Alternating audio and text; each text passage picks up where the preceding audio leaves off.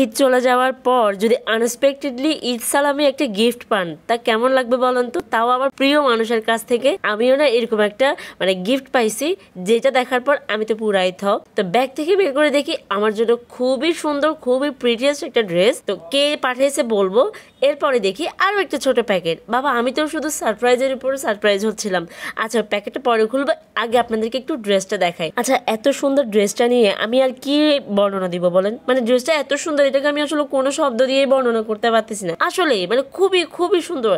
আমি জানি না ফোনে কতটুকু এটার কালার বা কেমন বোঝা যাচ্ছে, কিন্তু সামনাসামনি খুবই সুন্দর। আচ্ছা, ওটা রাখলাম, যখন পরে দেখাবো ড্রেসটা তখন দেখিয়ে এটার ফুল পিকচার আমি দেখাবো। যারা বুঝতে পারছেন তারা তো বুঝেই গেছেন এটা কোন ড্রেসটা। তারপরে আসলো কিটক্যাট চাঙ্কি, আমার এত পছন্দের, এত পছন্দের, শুধু আমার না, আমার বাসার সবাই। এটা পাঠিয়েছে মূলত তাহমিদের জন্য, তাহমিদের একটা খালামণি। Thank you very much Nusrat Shahin আপু for your lovely prettiest gift. Tata.